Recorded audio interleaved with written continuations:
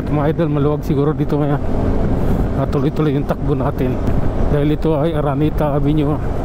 Hihinto man tayo sa stoplight lang, diba? Ayan o. Kaya may naglalakad dito. Huwag natin gipitin, karapatan niya yan. Kaya tago tayo dito mga idol. Ayan. Ganun pa rin. Ito ng tago, nailabas pa rin tayo sa init. Ayan mga idol, tuloy na tayo. Nagbukas na yung ilaw para sa atin. Okay. Lalay lang tayo siyempre. Grabe na yan. Ayan mga idol, pipitikin natin ng konti. This is the reality mga idol. Okay. Lalay lang talaga. Kailangan lang talaga natin ingat.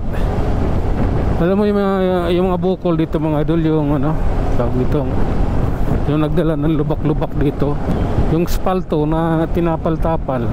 Pero kung walang tapal na espalto, ang ganda ng kalsada dito. At nagkabiyak-biyak din to dahil sa yung flyover na yan sa babaw. Yan hindi nyo isa sa mga dahilan kung bakit nagkabitak-bitak yung kalsada dito. Wala pa yan, di ba kasama eh. Okay, kasunod na pala yun. Kala ko hindi pa. Kaya napasabi ako wala pa yan kasi nakared pa nga eh. Okay, nakapurma ako. Maya ka na sumingit. Ayaw ko pa magpasingit eh. Kopya na manunungkit na mangga yan. Manunungkit na mangga tapos ibibenta. Yan yung kami lang ginagawa. Wala mga helmet pa yan. Walang helmet yan. So, diba? Baka wala pang lisensya yun. Oh my goodness. Relax. At masyadong komplikado yung kalsada rito. Okay. Laki lang tayo mga idol. Aray ko. Ayan nga pala rito. Nagbutas ng tubig yan. Doon pa rin. May nilad na may problema yan. Butas yung simento dahil sa tubig. Kaya alalay. Siyempre kailangan natin mag-alalay para parehong safe ang bawat riders. Okay. Ang pangit naman to dito. Ayan, yung mga malalalim butas dito.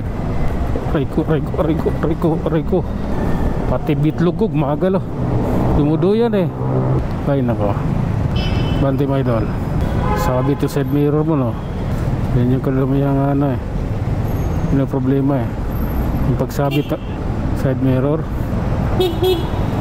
anak ka ng tokang tagal eh. Alright, counterflow. Okay, laki lang mga idol. Nakakarating din tayo. Pangit ng pangit ang ganito talaga. Okay.